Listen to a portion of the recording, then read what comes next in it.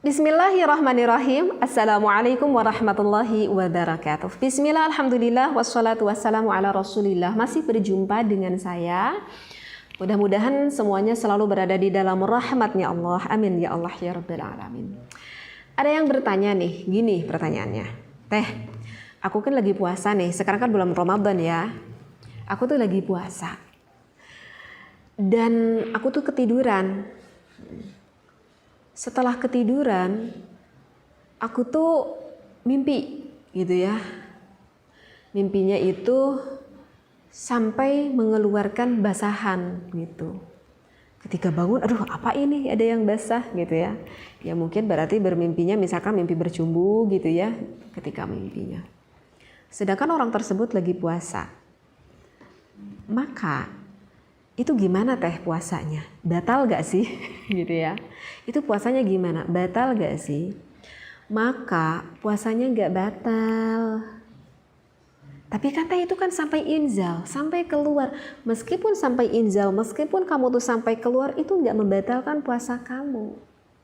Kenapa gak membatalkan puasa kamu? Karena keluarnya itu tidak dengan disengaja. Berbeda kalau misalkan keluarnya itu disengaja. Kalau disengaja itu jelas membatalkan puasa kita. Tetapi kan orang tersebut kan gak sadar. Artinya ya dia bertidur dan tahu-taunya setelah bangun tidur mimpi basah. Maka jawabannya tidak membatalkan akan puasa kita. Jadi gimana teh? Ya lanjut aja puasanya.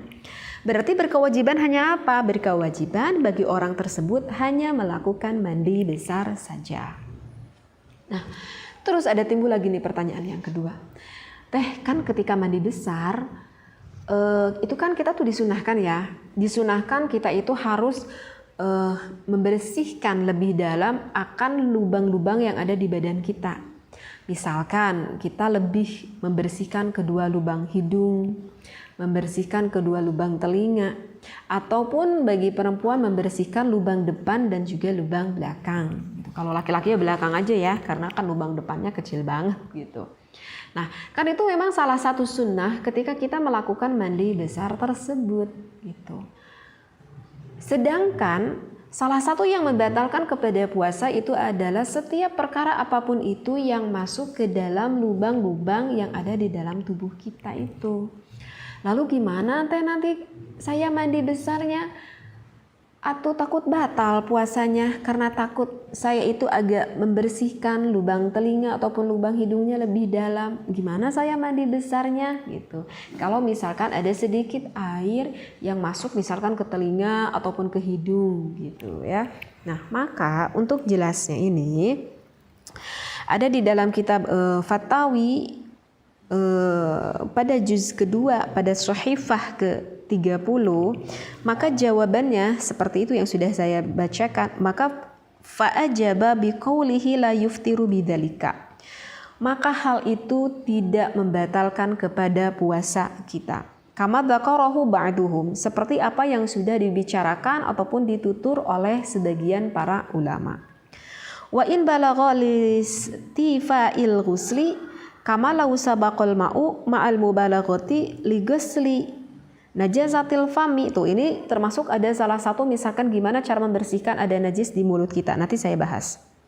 Wa inna ma aftara bil mubalaghati fil madmadah li husuli sunnati bi mujarradi, tuh karena pengen dapat kesunahan katanya. Wad ilma'i fil fami fal mubalaghatu taqsirun wa huna la yasulu matlubuhu min ghaslis simahi illa bil mubalaghati ghaliban fala taqsira. Saya enggak baca artinya ya. Saya baca referensinya aja. Jadi gini kesimpulan dari referensi yang udah saya bacakan. Gimana sih kalau misalkan kita sedang puasa, kita itu melakukan mandi besar? Ataupun enggak mandi besar juga sih. Kenapa saya ngasihkan contoh mandi besar? Karena di dalam mandi besar itu kan disunahkan untuk membersihkan lubang-lubang yang ada di badan kita itu. Nah, maka saya kasih sarankan dari referensi yang udah saya bacakan itu, ketika kamu melakukan mandi besar sedangkan kamu sedang berada di dalam keadaan puasa, maka jangan terlalu ekstrim kamu itu membersihkan lubang-lubang yang ada di tubuh kamu itu.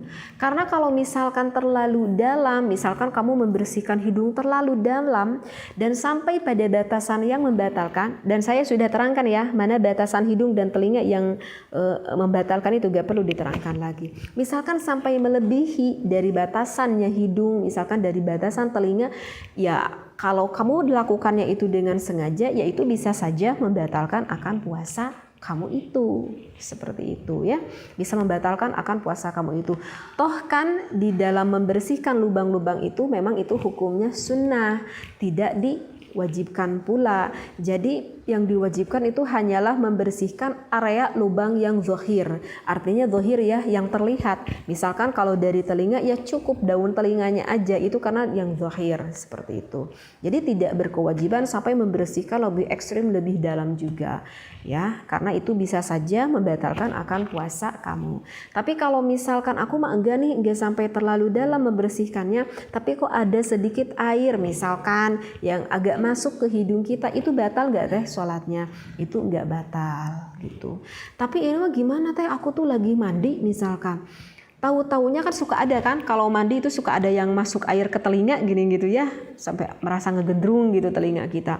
Nah itu gimana, batal nggak? Tapi saya tuh maksudnya nggak sengaja aku masukkan air, ya nggak tahu ini dengan sendirinya aja masuk air ke telinga kita misalkan. Nah karena kita mengguyur gitu kan, di kepala airnya banyak banget gitu. Nah itu bisa membatalkan nggak puasa kita. Nah kalau seperti itu karena nggak sengaja dan tadi kita itu sudah berikhtiat, artinya berikhtiat ya berhati-hati lah.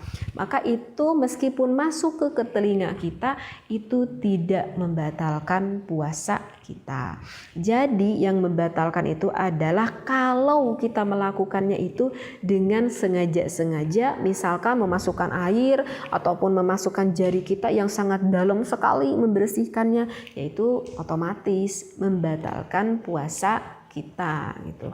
Dan di dalam kitab ini juga tadi dicontohkan misalkan najasatil fami, ada najis di dalam mulut kita. Misalkan kayak apa ya kalau ada najis di mulut? Misalkan sariawan nih, kita sedang puasa, kita sariawan mengeluarkan darah dari hidung. Oh ternyata misalkan netes nih masuk ke dalam mulut, berarti kan otomatis itu harus dibersihkan kan mulut kitanya itu, sehingga kita berkumur. Itu nggak apa-apa, sok berkumur-kumur aja, asal jangan sampai ada tertelan sedikit air masuk ke dalam tenggorokan kita, begitu ya. Jadi dari pembahasan ini ada dua hukum yang sudah saya terangkan.